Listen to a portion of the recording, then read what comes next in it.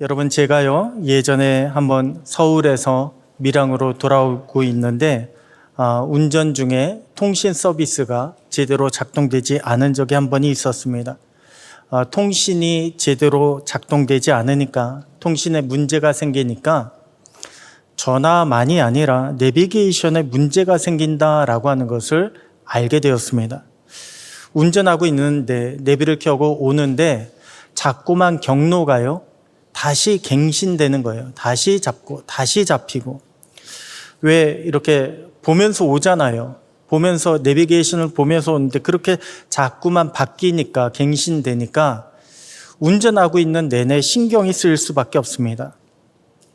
오늘날 보면 우리는요 장거리 운전을 하거나 혹은 처음 가는 길, 초행길을 운전할 때 내비게이션을 켜고 운전하지 않습니까? 그런 내비게이션도 통신이 필요합니다. 통신 서비스를 이용합니다.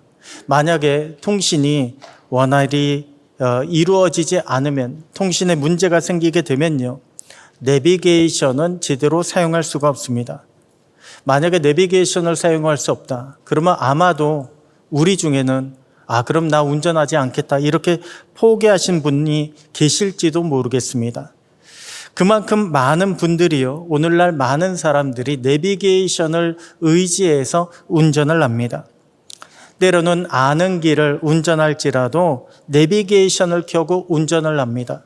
왜냐하면 내비게이션은요 실시간으로 우리에게 빠른 길을 알려줍니다. 실시간으로 인도해 주면서 또한 간혹 우리가 신경 쓰지 않고 있다가 놓치기 쉬운 그런 길도 놓치지 않도록 미리 알려줍니다. 잠시 후에 우회전하십시오, 좌회전하십시오 이렇게 알려줍니다. 그래서 많은 분들이 내비게이션을 사용합니다. 그런데 여러분, 우리의 인생 가운데도 내비게이션과 같은 역할을 하는 것이 있습니다. 무엇일까요? 바로 우리의 기도입니다. 여러분, 기도는요 주님과 우리를 연결시켜주는 그런 통신과도 같습니다. 우리는 기도를 통해서 우리의 형편을 주님께 아뢰고 있습니다. 우리는 기도를 통해서 우리의 필요를 주님께 간구합니다. 그러면서 기도는요 우리에게 주님의 뜻을 알려줍니다. 주님은 이것을 원하신다. 그리고 우리가 실수하지 않도록 우리로 하여금 깨어있게 만들어주는 것이 기도입니다.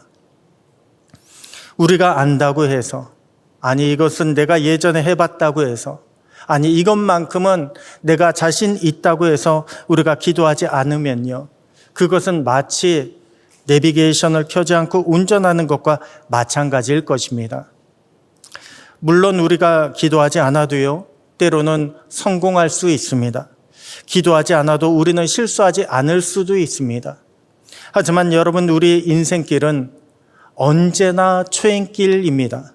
우리의 인생길은요 내가 많이 살아왔다, 아니요 내가 많이 경험했다, 아니요 언제나 우리의 앞길은요 처음 운전하는 초행길과 마찬가지입니다.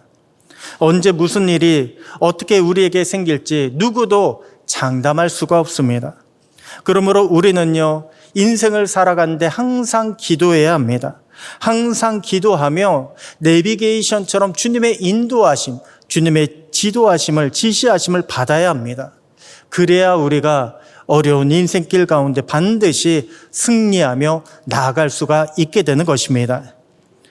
악한 세상과의 전쟁에서 우리는 어떻게 승리할까요? 오늘은 그 두 번째로요 주님의 뜻을 구하며 기도하라, 기도에 대해서 함께 하나님의 말씀을 나누겠습니다. 지난주 우리는 한 사르밧 과부에게 찾아온 기적에 대한 이야기를 나누었습니다. 그 여인은요 극심한 가뭄으로 말미암아서 먹을 것이 다 떨어져서 아들과 함께 죽음을 기다리고 있었다고 했습니다. 그런데 그때에 엘리야가요 그 여인을 찾아옵니다. 그리고 마지막 남은 식사를 엘리야에게 대접하라 라고 하는 하나님의 말씀을 들려줍니다. 그리고 이 여인이 순종을 하니까 그때서부터 가루통의 가루와 기름병의 기름이 끊어지지 않았다고 했습니다. 이제는 여인이요 아들과 함께 가뭄에서부터 살아남을 수 있게 되었던 것입니다. 자, 그렇다면 이제 여인은요, 앞으로 행복하게 살 일만 남은 거 아닙니까? 아니, 그 심한 가뭄 가운데 먹을 걱정하지 않게 되었으니까 이제는 하나님의 말씀대로 살아가고 순종하고 또한 그 기적을 경험하고 살아갔으니 이제는 행복할 일만 남은 거 아닙니까? 은혜 가운데 살고 있으니 그렇게 돼야 되는 거 아닙니까? 하지만 오늘 본문을 보면요, 너무나 당황스럽게도 여인의 하나밖에 없는 아들이 갑자기 병이 들었다고 했습니다. 그리고 이 여인이 암만 밤새 애를 써봐도 차도가 나지 않습니다.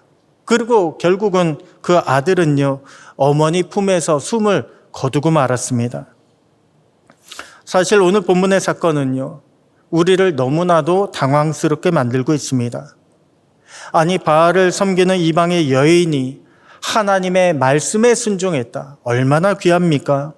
하나님의 선지자를 대접했다. 그것도 가뭄 중에 자기가 먹을 것을 양보하면서 대접했다. 이런 순종이 얼마나 귀합니까? 그런데 그런 여인에게 하나님은 더 큰 축복을 내려주시기는커녕 오히려 여인의 전부였던 하나밖에 없는 아들을 데려가시는 게 말이 됩니까? 지금의 상황은요, 도무지 우리가 이해하려고 해도 이해가 되지가 않습니다. 그런데 여러분, 우리도 그렇다는 거예요. 우리도 인생을 살아가고 있는데 뜻하지 않은, 도무지 이해할 수 없는 그런 고난을 우리도 만날 수가 있습니다. 하지만 우리가 그럴 때일수록 우리는 하나님 앞에 나아가 기도해야 합니다. 지금 하나님의 뜻은 어디에 있는지, 우리는 지금 어떻게 해야 하는지, 우리 앞에 고난과 역경과 시험이 찾아오면 찾아올수록 우리는 하나님의 이름을 부르며 하나님을 찾고 하나님 앞에 나아가 기도해야 합니다. 그래야 우리가 하나님의 뜻을 깨달아서 그 모든 고난 가운데 헤쳐나오고 승리할 수 있게 되는 것입니다. 더 나아가 하나님의 뜻을 이루는 축복을 우리는 경험할 수 있게 되는 것입니다. 자, 그렇다면 우리가요, 하나님의 뜻을 깨닫기 위한 기도, 하나님의 뜻을 깨닫기 위한 기도를 드리기 위해서는 어떻게 해야 할까요? 오늘 본문은 저와 여러분에게 우리가 기도 가운데 승리하기 위해서는 무엇이 필요하다고 말씀을 주고 있습니까? 먼저는 우리에게 진정한 회개가 필요하다는 말씀을 주고 있습니다. 진정한 회개가 필요하다. 아니, 목사님, 회개면 회개지. 진정한 회개는 또 무엇입니까?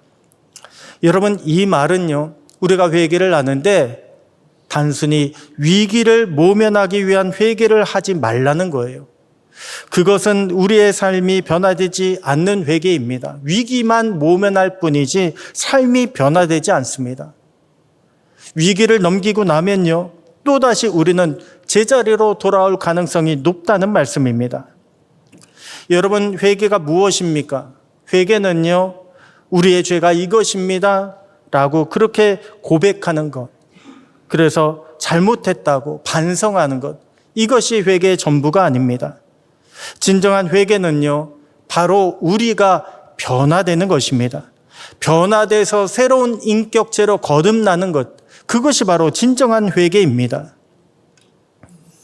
여러분, 앞선 본문에서요, 사르밧 과부는 귀한 순종을 했습니다. 또한 자신이 가지고 있었던 것을 아낌없이 드리는 헌신도 보여주었습니다. 그래서 하나님은 과부의 가루통에 가루가 떨어지지 않게 하셨고, 또한 기름병에 기름이 없어지지 않는 기적을 베풀어 주셨다고 했습니다. 자, 그러면 여기서 질문이 하나 등장을 합니다. 하나님은 이 과부에게, 이 여인에게 가루를 얼마나 부어 주셨을까요? 하나님은 이 과부의 기름병을 얼마만큼 채워 주셨겠습니까? 아니, 여인이 엘리야를 대접하고 나니까 그 가루통이 가득 찰 만큼의 가루가 찼을까요? 대접하고 나니까 그 기름이 넘칠 정도로 그렇게 채워져 있었겠습니까?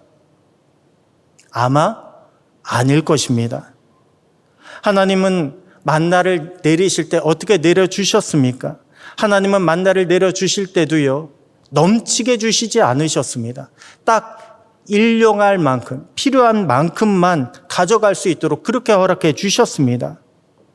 예수님도 우리에게 주기도문을 가르쳐 주시면서 뭐라고 가르쳐 주셨습니까? 우리가 넘치는 양식을 구하라 이렇게 가르쳐 주신 것이 아니라 우리에게 날마다 일용할 양식을, 날마다 필요한 정도만큼을 구하라고 그렇게 말씀해 주셨습니다. 오히려 예수님은요, 비유를 통해서 넘치는 양식을 쌓아두고 스스로 만족해하는 그 부자를 어리석다라고 그렇게 지적을 하셨습니다. 왜 그러셨을까요? 아니, 그냥 딱 일용할 양식보다 넘치게 있으면 좋잖아요. 세상은 뭐라고 이야기합니까? 내가 미래를 준비할 만큼 넘치는 양식을 쌓아두는 것, 자산을 쌓아두는 것, 이것이 지혜롭다고 이야기하지 않습니까? 그런데 왜 주님은요, 우리에게 넘칠 정도가 아니라 딱 일용할 양식을 구하라, 일용할 것에 감사하라 이렇게 말씀을 주고 있습니까? 여러분, 주님은요, 우리가 주님이 아니라 물질에 기대는 것, 물질을 의지하는 것을 결코 원치 않으십니다. 그렇기 때문에 여인에게도요, 딱 가루와 기름을 채워주실 때에 일용할 양식 정도만큼만 허락하여 주셨을 것입니다. 자, 그렇다면 여인은요, 그것을 보면서 어떤 생각을 가지게 되었을까요? 물론 처음에 다 먹은 줄 알았더니 다시 가루가 딱 필요한 만큼만 채워졌습니다. 나중에 보니까 기름이 딱 필요한 만큼만 들어가 있습니다. 그런 매일 채워지는 기적에 아마도 이 여인은요, 놀라워하면서 감사했을 것입니다.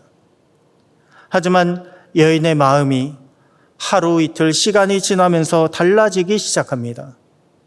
아니, 기왕 가루를, 기왕 기름을, 양식을 나에게 거저 채워주실 것 같으면 좀 더 많이 채워주시지.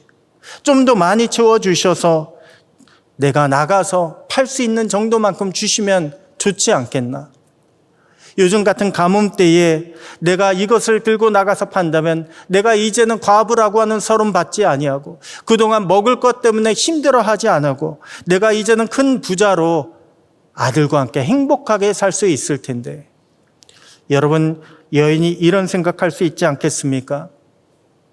생각해 보십시오. 우리도요, 하나님 앞에 축복을 구하는데 하나님 딱 필요한 만큼만 주십시오라고 그렇게 기도합니까? 아니면 하나님, 제가 더 이상 걱정하지 않도록 넘치는 축복을 허락해 주십시오라고 대개는 기도합니까? 많은 사람들이 아마도 간구하기는요, 필요한 만큼을 그때그때 기도하기보다는 하나님 앞에 넘치는 축복을 아마도 기도할 것입니다. 그런데 여러분, 이처럼 넘치는 물질적인 풍요는요, 바알 신앙에서 구하는 그런 신앙이었습니다.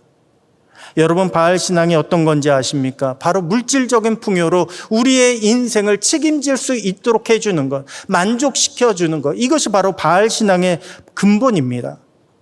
물질적인 풍요를 추구하는 바알 신앙에 길들여져 있었던 이 여인은요, 아마도 시간이 점점 지나면서 아쉬운 소리를 하기 시작했을 것입니다. 아니, 기왕 주실 거면 좀 더 채워주시지. 그런데 그렇게 아쉬운 소리가 나오기 시작하니까요, 그 안에 감사가 사라지기 시작합니다. 여러분, 우리에게 진짜 위기의 때가 언제인 줄 아십니까? 진짜 위기의 때는요, 이젠 죽었구나 할 때가 아니에요. 진짜 위기의 때는요, 이제는 살았구나 라고 할 때입니다.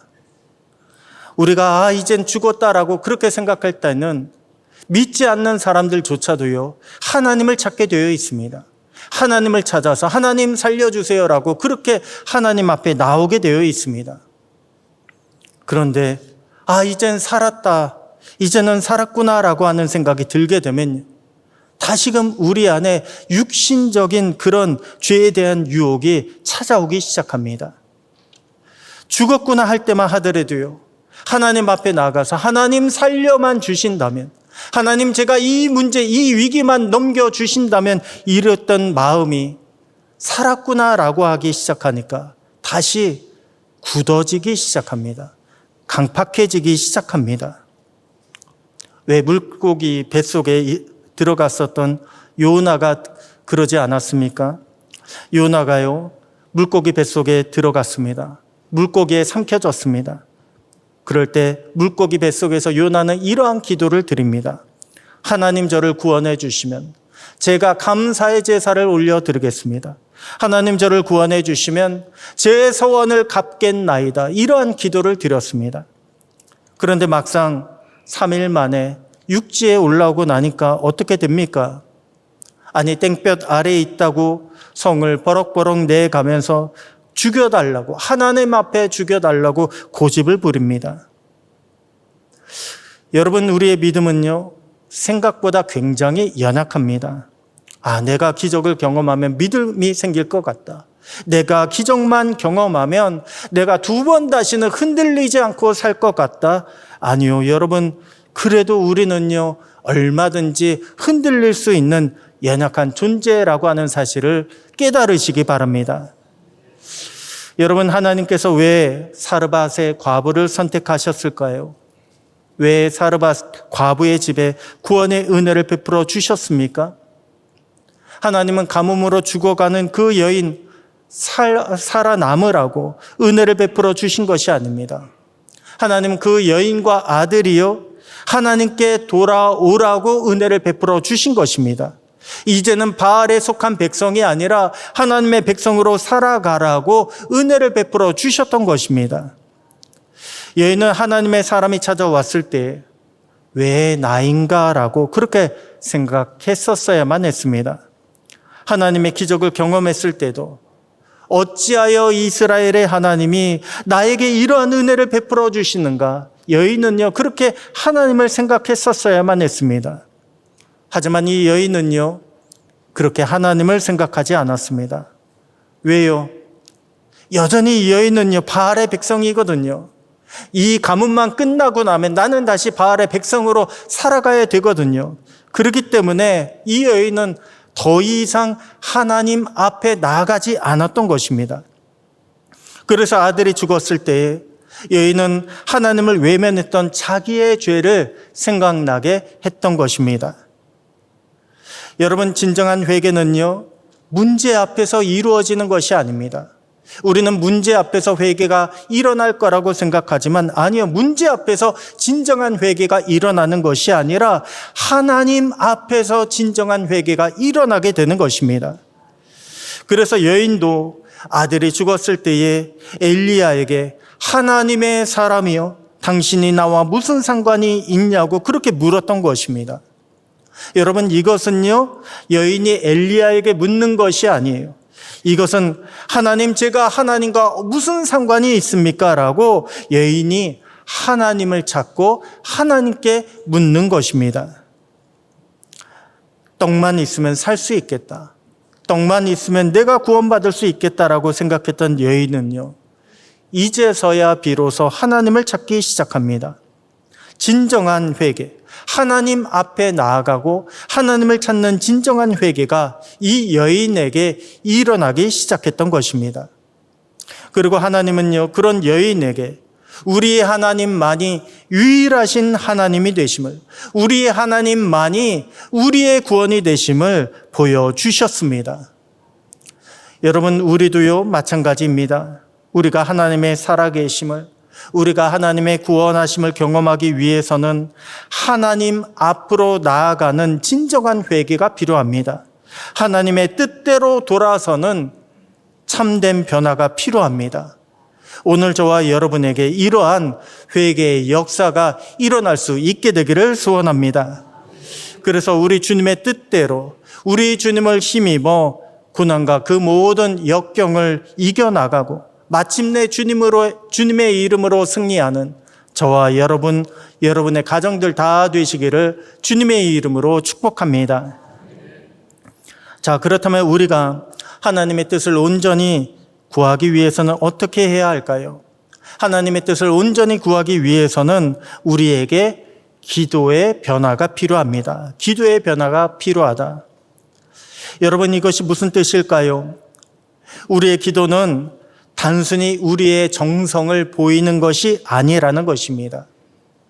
왜 세상이 그렇지 않습니까? 세상의 기도는요, 다른 게 아니에요. 세상의 기도는 내 정성을 보이는 것입니다. 왜냐하면 세상 사람들은요, 기도의 대상이 누구인지 알지 못합니다. 그렇기 때문에 기도받는 사람, 기도받는 그 대상이 중요한 게 아니라 자기가 중요한 거예요. 내가 이런 정성을 보이고 있습니다. 내가 이러한 믿음을, 이러한 소망을 가지고 있습니다. 내가 더 중요한 것이 세상의 기도입니다. 왜 나중에 엘리야가 갈멜산에서 바알의 제사장들과 기도 대결을 벌일 때 이것이 분명하게 드러나지 않습니까? 바알의 제사장들은요, 기도의 대상이 누군지 모르니까 자기 정성만 보이다가 끝이 나게 된 것입니다. 하지만 우리는 어떻습니까? 여러분, 우리는요, 우리의 기도를 들으시는 분이 누구신지 분명히 알고 있습니다. 그러므로 우리는 기도할 때에 내 소원이나 내 감정에 얽매여서는 안 됩니다. 우리는 우리의 기도를 들으시는 하나님 앞에 겸손히 나를 맞출 줄 알아야 합니다. 그럴 때 우리의 기도를 통해서 하나님의 뜻을 깨닫게 되는 거예요. 그리고 우리의 기도를 통해서 우리는 하나님의 뜻을 이루는 축복을 경험하게 되는 것입니다. 오늘 본문의 엘리야도 보십시오. 엘리야는요, 지금 북이스라엘 땅에서 지명수배를 받고 있었습니다. 한마디로 도망자 신세예요. 그런 엘리야를 시돈의 사르밧 과부가요, 먹여주고 재워주고 있습니다.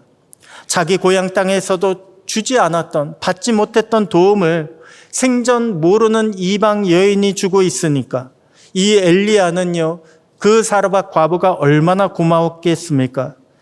그런데 이 여인의 집에 우환이 찾아옵니다. 그래서 하나밖에 없는 아들이 결국 죽게 되었습니다. 여러분, 고대에는요, 우환의 원인을 낯선 이방인에게 돌리는 그런 경향이 있었습니다. 저 사람이 오기 전까지는 괜찮았는데 저 사람이 오고 나서 문제가 생겼다는 거예요. 왜 예전에 우리도 코로나 때 그러지 않았습니까? 중국에서 오는 사람들 때문에 우리가 코로나 걸렸다, 그렇게 생각한 것처럼 고대에도요, 동네에, 지역에 어떤 질병이 돌게 되면 제일 먼저 타지에서 온 사람부터 찾아냈습니다. 그러니 엘리야의 입장에서는 지금의 상황이 얼마나 곤란하겠습니까? 엘리야도 여인 못지않게 얼마나 아들이 죽은 것 때문에 마음이 괴로웠겠습니까? 그러다 보니까 엘리야는요, 하나님 앞에 서서 이렇게 기도합니다. 오늘 본문 20절 보니까 내 하나님 여호와여, 주께서 또 내가 우고하는 집 과부에게 재앙을 내리사 그 아들이 죽게 하셨나이까.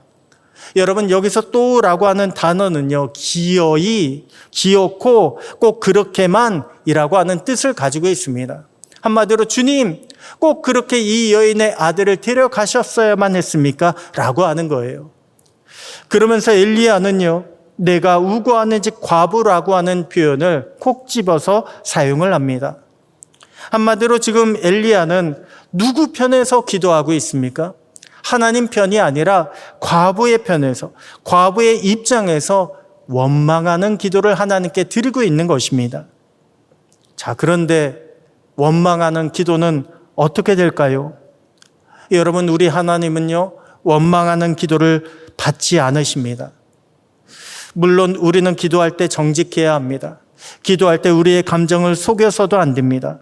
하지만 그렇다고 해서 우리의 기도가 내 감정을 토설하는 데에만 머물러 있어서는 안 됩니다. 기도의 출발점은요, 우리의 아픔을, 우리의 형편을 우리 주님께 아뢰는 것에서 출발했을지 몰라도 우리의 기도는 반드시 하나님의 뜻을 구하는 것으로 올라설 수 있어야 됩니다. 그리고 순종을 전제로, 하나님 제가 순종하겠습니다 라고 하는 순종을 전제로 겸손히 하나님 앞에 우리의 간구를 올려드려야 됩니다. 여러분, 오늘 본문의 엘리야가 그러했습니다. 야고보서 5장 17절에 보잖아요. 그러면 엘리야도 우리와 성정이 같은 사람이라고 했습니다. 또한 엘리야가 기도했을 때에 하나님께서 한 번에 다 들어주셨습니까? 아니요, 그렇지 않았습니다. 하나님은요, 엘리야의 기도를 몇 번씩 받으신 적이 있으셨습니다. 하지만 엘리야는 기도의 사람이었어요. 엘리야는 깨어있는 사람이었습니다. 엘리야는 기도할 때에 내가 지금 이렇게 기도의 변화를 줘야겠다. 기도의 변화를 줄 아는 사람이었습니다. 그래서 엘리야는요, 죽은 아이를 놓고 처음 기도할 때는 하나님 앞에 감정적으로 원망의 기도를 드렸지만 죽은 아이를 놓고 세 번째 기도할 때는 이렇게 기도를 드립니다. 내 하나님 여호와여 원하건대, 내 하나님 여호와여 원하건대 이 아이의 혼으로 그의 몸에 돌아오게 하옵소서. 여러분, 기도의 변화가 보이십니까? 원망의 기도에서 하나님 앞에 원하건대 겸손히 하나님의 뜻을, 하나님께 자비를 구하는 그런 자세로 이 엘리야는요, 기도의 모습을, 내용을 바꿔가고 있습니다.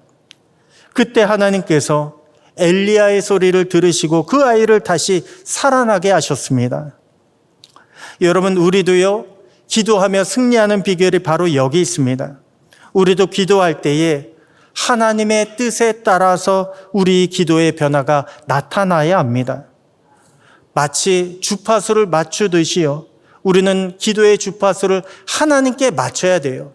그냥 내가 무조건 열심히 기도하는 것으로 끝나는 것이 아니라 하나님의 뜻은 무엇인지, 우리도 하나님의 뜻을 알고 하나님의 음성을 들을 수 있도록 기도의 주파수를 맞춰가야 합니다.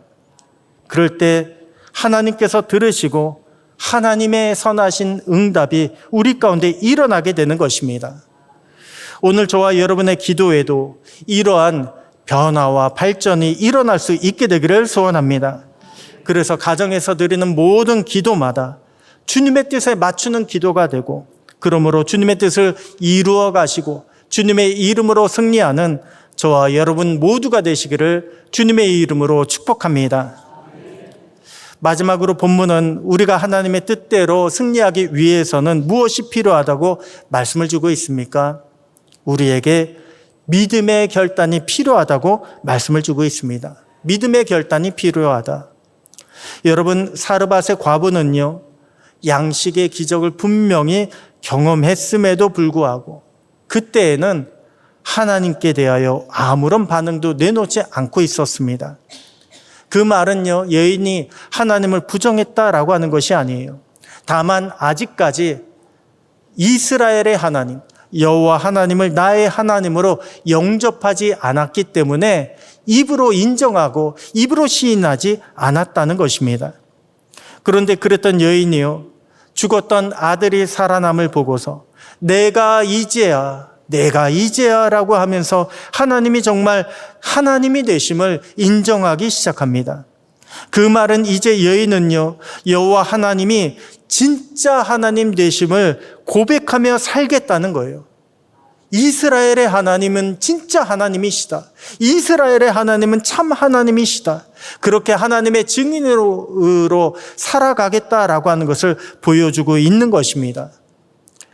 여러분, 하나님께서 저와 여러분에게 원하시는 것도 바로 이것입니다. 하나님은 우리가요, 분명한 하나님의 사람으로, 분명한 하나님의 증인으로 살아가기를 원하고 계십니다. 그것이 바로요, 세상 가운데 구별되이 살아가는 거예요. 우리는 세상 가운데 구별된다라고 하면 죄를 짓지 않는 것, 그것을 먼저 생각하기 쉽습니다. 그런데 단순히 죄를 짓지 않는 것에 머물러서는 안 됩니다. 그것은요, 나만 구별되는 거예요. 그것은 소극적인 구별입니다. 하나님은 우리가 보다 적극적으로 하나님의 살아계심을, 하나님의 역사하심을, 하나님의 증인으로 우리가 살아가기를 하나님은 원하고 계십니다. 왜냐하면 그럴 때에 그렇게 하나님을 고백하고 증거하는 저와 여러분을 통해서 우리 주변이 변화될 수 있기 때문에 그렇습니다. 오늘 저와 여러분에게도 살아계신 하나님을 보다 적극적으로 증거하며 살겠다는 믿음의 결단이 일어날 수 있게 되기를 소원합니다. 그럴 때 하나님께서 증인으로 살아가는 우리의 힘이 되어 주십니다. 증인으로 살아갈 수 있도록 우리에게 하나님의 능력을 더하여 주실 것입니다. 그렇게 믿음으로 결단하며 우리 주님과 동행하고 날마다 승리하시는 저와 여러분 모두가 되시기를 주님의 이름으로 축복합니다.